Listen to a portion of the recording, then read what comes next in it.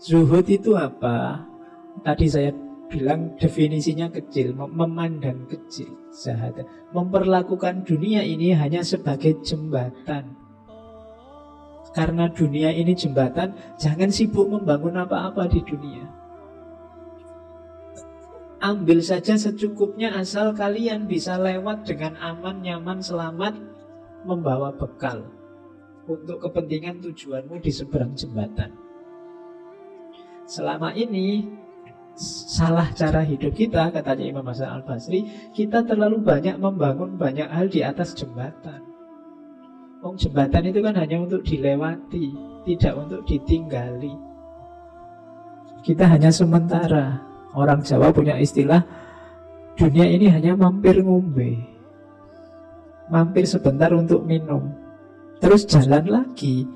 Jangan lama-lama, berhenti, nanti kamu tidak nyampe. Jalan terus, ilaihi roji'un. Nah, zuhud itu nanti dalam teorinya ada 3. Ada zuhud yang sifatnya fardu, ada zuhud yang sifatnya fadl, utama, ada zuhud yang sifatnya salamah.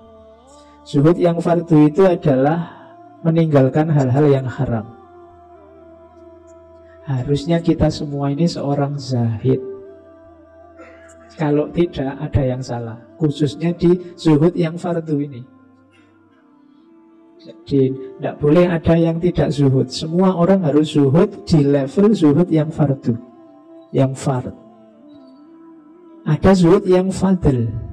Fadl ini meninggalkan bahkan hal-hal yang halal demi alasan kehati-hatian. Iya sih, halal tidak apa-apa, cuma aku khawatir kalau di situ terus nanti ketagihan di situ terus tidak bisa berubah, malah rusak. Mending tidak deh. Nah, itu zuhud yang fadl. Iya sih, punya mobil gonta-ganti itu tidak masalah, punya mobil banyak juga tidak masalah. Tapi aku khawatir kalau aku gonta-ganti mobil, punya mobil banyak, nggak bisa menahan hasrat tamakku, malah nanti blunder. Nah itu udahlah, nggak usah gonta-ganti mobil, beli satu aja yang paling mahal, paling bagus. Nah itu zuhud yang fadil. Kalau dari wajahku sih nyari yang cantik itu mesti bisa lah. Tapi yo khawatirku, nah itu zuhud yang fadil. Jangan terlalu cantik lah, nanti jadi pikiran terus, nanti nggak konsentrasi ibadah. Misalnya ada dalam hidup ini banyak hal yang boleh kok. Enggak kok, yang itu enggak haram, boleh. Tapi terus kamu batasi sendiri. Enggak apa, saya itu orangnya mudah tergoda ya Pak, enggak usahlah, saya milih yang lain saja, yang sekiranya saya enggak tergoda. Itu namanya zuhud fadl. Ada yang zuhud salama. Zuhud salama ini untuk yang syubhat. Kalau tadi kan jelas halal tapi kita batasi. Kalau yang awal jelas haram, kita tidak boleh bantah. Kalau yang itu kita harus zuhud. Ada yang ketiga, yang salama. Yang salama ini yang sifatnya syubhat. Bisa ya, bisa enggak sih. Disebut halal juga tidak ada dalilnya, disebut haram juga tidak ada dalil tegasnya. Tapi untuk lebih hati-hatinya, saya enggak dulu deh. Nah, ini namanya zuhud salama. Tidak jelas halal haramnya, saya minggir dulu. Nah ini zuhud salama. Jadi meninggalkan dunia, menjauh dari dunia itu ada yang fardu, ada yang utama, ada yang demi keselamatan. Fard, fadl, dan salama. Oke, itu kalau zuhud. Kalau khauf, saya tidak perlu menjelaskan detail. Khauf itu, kalau katanya Imam Hasan Al-Basri, antara lain takut melanggar hukumnya Allah, takut membuat Allah murka. Dan itu katanya Imam Hasan Al-Basri, takut yang membuat hatimu tentram. Pak, saya takut kalau saya berdosa, Pak. Ketakutanmu berdosa kan membuatmu tidak bergerak menuju wilayah dosa. Ini menentramkan. Perasaan takut yang menyebabkan hatimu tentram lebih baik daripada rasa tentram yang menimbulkan perasaan takut. Kamu melakukan dosa kadang-kadang kan enak, tentram. Ujian nyontek, alhamdulillah aku bisa jawab semua akhirnya. Tapi pada akhirnya kamu takut. Wah, jangan-jangannya banyak, begitu ragu-ragu, ketakutanmu banyak. Awalnya tentram, tapi ujungnya takut. Mending awalnya takut tapi ujungnya tentram. Itu khauf namanya. Imam Hasan al-Basri ini dikenal memang wajahnya kelihatan kayak orang yang sedih terus. Jadi orang yang muram, karena dia selalu berpikir apakah Allah ridho padaku. Kemarin waktu kita membahas tentang Ruqyah al-Adawiyah kan ada beberapa cerita yang berhubungan dengan Imam Hasan al-Basri ini. Katanya Imam Hasan al-Basri, orang beriman akan senantiasa berduka cita pada pagi dan sore hari karena berada di antara dua perasaan takut. Yang pertama, takut mengenang dosa yang telah lampau. Dan yang kedua, takut memikirkan ajal yang masih tinggal serta bahaya yang mengancam. Jadi takut tentang masa lalu dan masa depan. Masa lalu dosaku yang dulu, kemudian masa depan umurku tinggal berapa. Ini kan tidak jelas. Saya sering bilang kalian yang masih muda tidak usah kepedean bahwa umurmu lebih panjang daripada yang sudah tua. Jatah itu sudah tidak bisa dibantah lagi, rahasianya Allah. Bisa 1 detik, 2 detik setelah ini, bisa ratusan tahun yang akan datang, hanya Allah yang tahu. Kalau kamu menunda-nunda bertobat, menunda-nunda beramal baik, apa jaminannya bahwa usiamu masih panjang? Jadi orang yang beriman itu harus punya rasa takut. Tidak boleh tidak ada takutnya sama sekali. Yang ketiga, paling tidak takut setelah mati, takut kiamat dan lain sebagainya.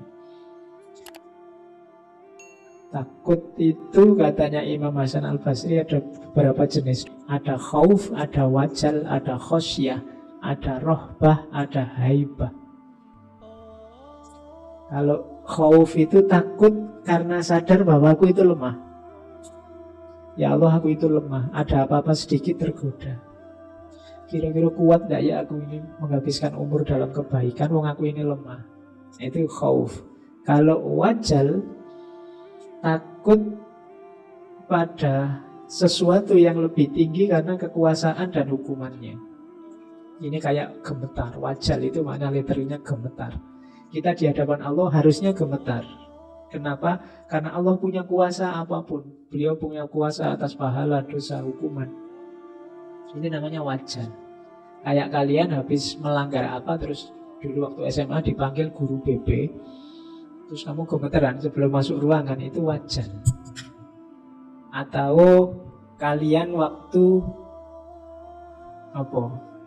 salah apa sama dosennya, apa males tanda tangannya, apa terus dipanggil, itu wajar. Karena kamu tahu beliau punya kuasa atas dirimu untuk memberikan hukuman. Ada lagi khosyah. Khosyah ini takut yang sangat besar. Yang ini nanti pangkalnya, awalnya iltija. Iltija ini terus yang membuatmu ingin berlindung pada yang punya kuasa. Itu namanya khosyah. Kamu takut dipukul kakakmu waktu kecil, terus kamu lari-lari nyari ayahmu apa ibumu untuk berlindung. Itu namanya khosyah. Ada rohbah. Rohbah itu enggan, lari dari sesuatu yang tidak disukai.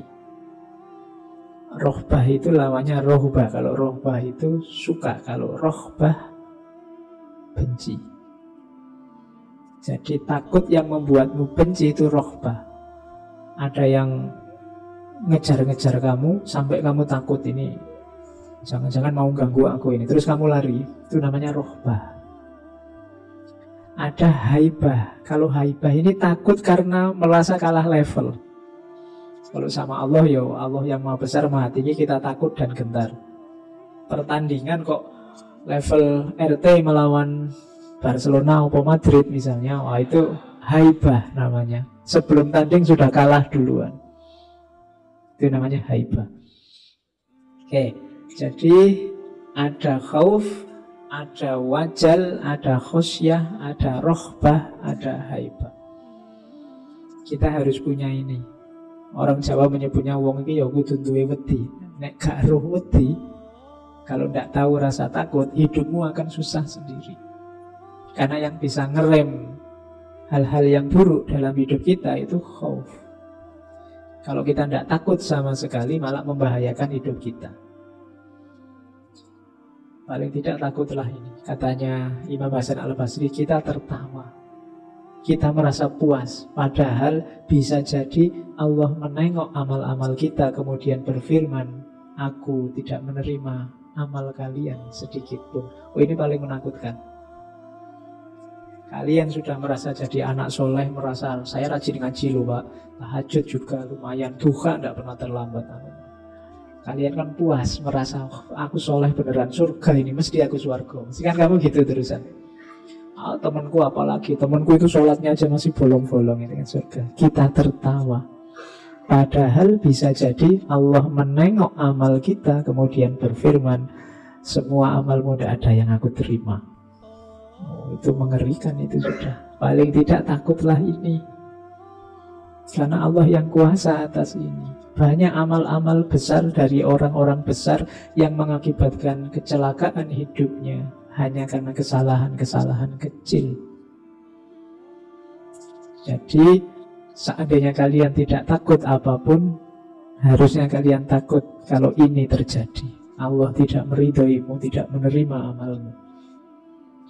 Meskipun kamu merasa sudah plus, sudah surplus, pahalamu banyak. Saya itu Pak mesti jamaah di masjid Pak, tinggal dihitung. Sekali jamaah 27 kali 5 kali 30. Oh, banyak loh Pak itu.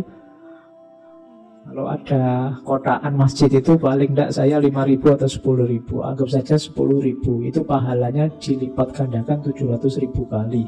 700.000 kalau 10.000, oh banyak. Jadi kalau dosa kecil-kecil sudah nggak ngefek, sudah timbangannya sudah banyak. Misalnya kalian kalkulasi begitu, padahal nanti Allah tidak ada yang tak terima satupun amalmu. Oh, itu alamat sudah. Takutlah ini paling tidak wes, seaman apapun hidupmu. Karena ini murni hak prerogatifnya Allah. Jadi ada takutnya, tapi juga ya jangan jadi orang yang putus asa. Tetap harus ada rojaknya, ada harapan. Percaya pada kemurahannya Allah. Iya, Allah itu memang syadidul iqab, tapi Dia juga ghafurur rahim. Kalau terlalu berat di syadidul iqab, jangan-jangan nanti kita putus asa. Kalau putus asa haram. Kalau terlalu berat di ghafurur rahim, jangan-jangan nanti kita sembrono, menyepelekan. Jadi harus imbang, khauf dan roja. Yang kedua, roja itu husnudzon pada Allah, berpandangan baik pada Allah. Itu husnudzon. Jangan-jangan Allah tidak menerima amalku ya. Nah, ini untuk pancatan biar kamu tidak sembrono. Tapi juga jangan putus asa. Insya Allah, Allah itu sangat sayang pada ciptaannya, jauh melebihi sayangmu padanya. Nah, itu roja namanya. Yang ketiga, dekatnya hati terhadap kelemah lembutan Allah. Yang keempat, senangnya hati terhadap tempat kembali yang baik, akhirat. Jadi hatinya tertambat tidak pada dunia tapi pada akhirat. Itu alamat orang roja. Akhirat kan yang akan datang, bukan sekarang. Roja itu kan tentang hal yang akan datang. Kemudian memandang Allah itu penuh rahmat, penuh sayang. Nanti ada teorinya, rojak itu ada rojak yang terpuji, ada rojak yang tercela. Hati-hati ya.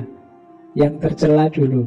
Rojak yang tercela itu bagaimana? Orang yang kayak tadi terlalu berharap akan kemurahannya Allah tapi tidak melakukan apa-apa. Dosanya oke tapi terus tenang aja, Allah Maha Pengampun. Dosa kayak gini tidak ada apa-apanya. Maafnya Allah itu, ampunannya Allah itu wasiat kulli syai'. Jadi santai aja, jangan stres. Nah, tapi nggak ngapa-ngapain, tetap dosanya dilanjutkan seperti sebelumnya. Ini tercela, nggak boleh.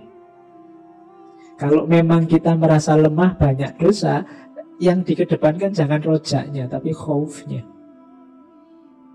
Jadi perjuangannya lewat jalur khauf, meskipun nanti diimbangi roja. Kalau khauf sudah bisa mendinginkan kesalahanmu, baru kamu roja. Tapi kalau kamu mengampuni sendiri kesalahanmu, itu kan namanya kamu ampuni sendiri kesalahanmu. Tenang saja, Allah Maha Rahmat, tenang saja, Allah cinta pada kita, itu kan kamu ampuni sendiri. Besok diulang lagi. Nah, itu rojak yang tercela. Atau mengharapkan sesuatu yang besar tanpa kebaikan. Tanpa kebaikan itu misalnya, saya ingin jadi orang soleh loh Pak. Ya kan mau belajarlah jadi orang soleh. Anda apa kalau Allah menakdirkan nanti kan saya bisa sendiri. Itu namanya rojak yang salah. Karena kalau ingin jadi orang soleh berusaha, belajar, cari ilmu. Nanti Allah yang menganugerahkan hasilnya. Kalau rojak yang terpuji sudah seperti tadi. Jadi melakukan rojak plus amal baik, atau bertobat kemudian berusaha mengganti amal jeleknya dengan kebaikan, baru boleh rojak. Jadi ini memang formula yang harus hati-hati. Makanya kalau digambar itu khauf dan rojak itu harus simultan, dan dia akan optimal kalau zuhud jadi dasarnya. Jadi kalian bisa khauf dan rojak secara berkesinambungan, tapi landasannya zuhud. Zuhud itu menjauh dari dunia, seperti dijelaskan tadi, menganggap dunia itu kecil, tidak penting. Berarti apa? Kalian khauf itu takut tertipu oleh dunia, takut jatuh cinta oleh dunia, dan rojaknya berharap Allah menyayangimu, membantumu untuk tidak tertipu oleh dunia. Jadi khauf dan rojak didasari oleh zuhud. Ini sebenarnya 3 ajaran utama dari Imam Hasan Al-Basri. Jadi rumusnya ini sebenarnya. Oke, rumus ini diterapkan dalam kehidupan kita. Kalau matematika dasarnya ini, tapi nanti contoh kasusnya hidupmu sendiri-sendiri. Kapan kamu harus khauf, kapan kamu harus rojak, seperti apa formulasi zuhudmu.